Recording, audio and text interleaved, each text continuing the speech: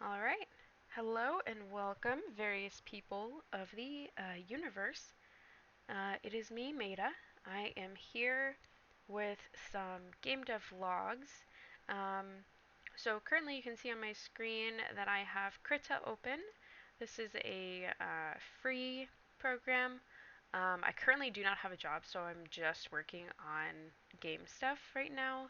Um, and specifically this one idea that I've had for a little while.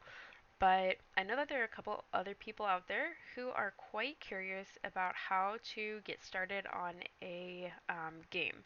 So, of course, your game should start as an idea of some kind. I have an entire journal that I fill up with game design ideas, including, like, as I get really into it, are there going to be some different mechanics? How probable are using these mechanics going to be in this game?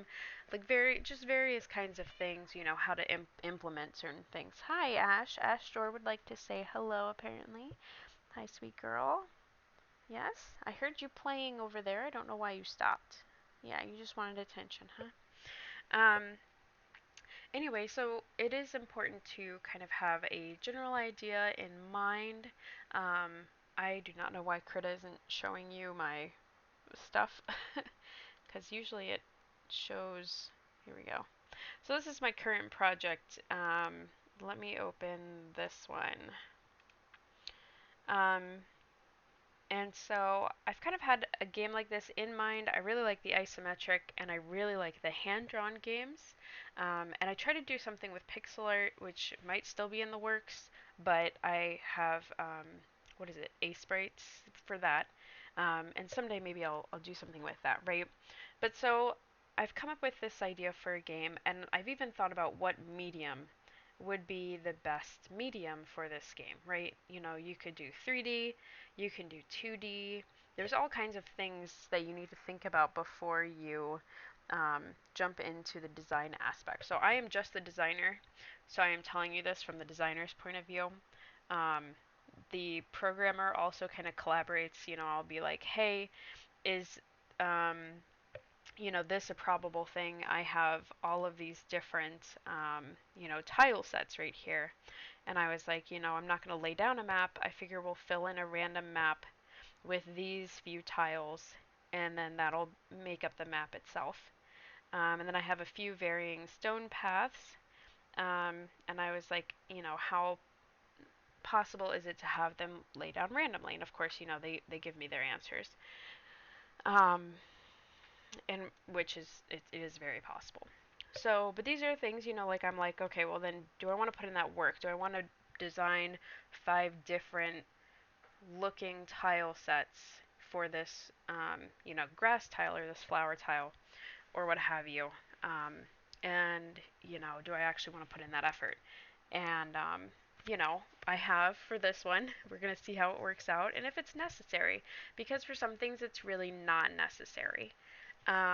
It really does depend on like what you're doing, right? I can think of a few games where it's just a simple, like Pokemon. When you walk through the grass, maybe the color changes, but usually not the look of the grass. It might in these newer games and stuff, but it definitely didn't back in the olden days. So there's not an issue with it not changing so long as it's still comprehended as being grass, if that makes sense. But here you see I've just thrown down a few things. I always love these lists up here. Usually I also have like sticky notes all over my desk with it, which I can't really show you. That also just help to solidify the idea. Um, the one thing you can't see from this is that I wanted to do an enamel pin style look, which is why you probably did see that one restaurant that I have done, the Bison Bakery here. And I've got this weirdly dark orangish brown outline on it. And I was really hoping that that would make this look like it's like a golden enamel pin, just filled with these sets of colors. So I want it to be pretty flat. I don't want it to be too much. Technically, I could probably do another line here outlining where this darker brown is separate from this lighter brown. Um, And of course, I do not have the pin size varying very much when I do these things.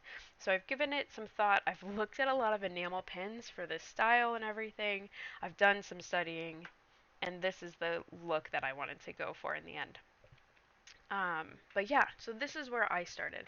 I was like, I have this idea in mind. I need a map. I need some tile sets. I need some shops. You know, now I'm into, um,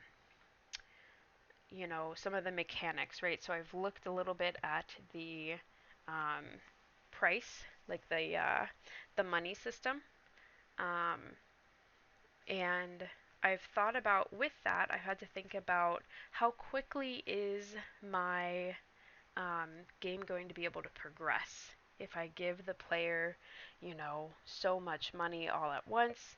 What'll be the cost of things then to offset perhaps the very fast growth, um, so that they don't get to the end of the game in like 5 minutes, kind of a thing.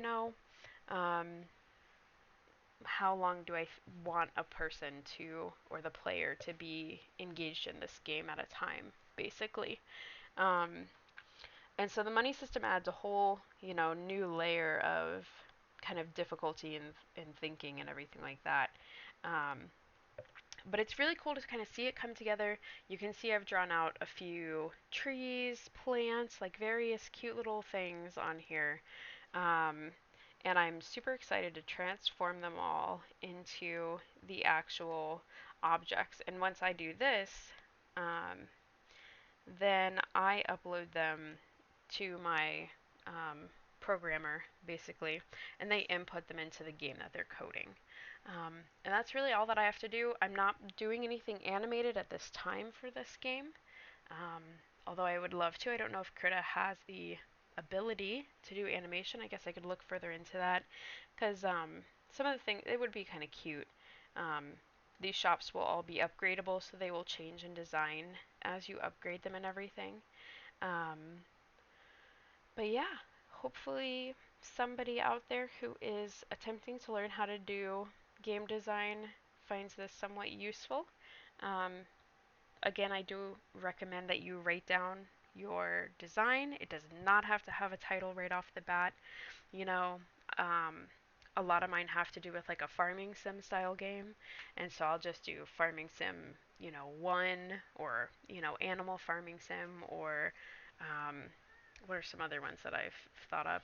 There was like a princess dragon game of some kind. There's a lot of random ones, and just kind of generalize it, because the title can be very stressful for some people, and it will definitely change over the course of the time while you're making the game.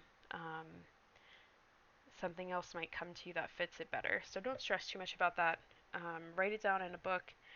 Keep those ideas organized in some way so they're not just in your head, basically. Get them out, put them on paper, so that when you come back to it at some point later on, if you have a solution, or you realize, oh, I don't need this in the game, you can just cross it right off, and then it's out. You can even write your reasoning as to why you don't need it any longer. Um, but yeah, um, this is at least one of my tips. I don't know if I'll do updates on this one unless people would really like updates about this game.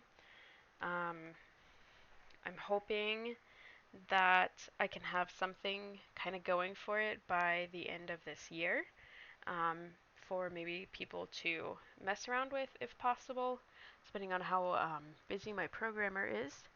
Um, but yeah, so let me know your thoughts. Let me know if you guys would be interested in hearing more, or if you would be interested in, um, getting more updates, um, knowing more about the process, or any other questions that you might have. And yeah, I will see you guys soon. Bye.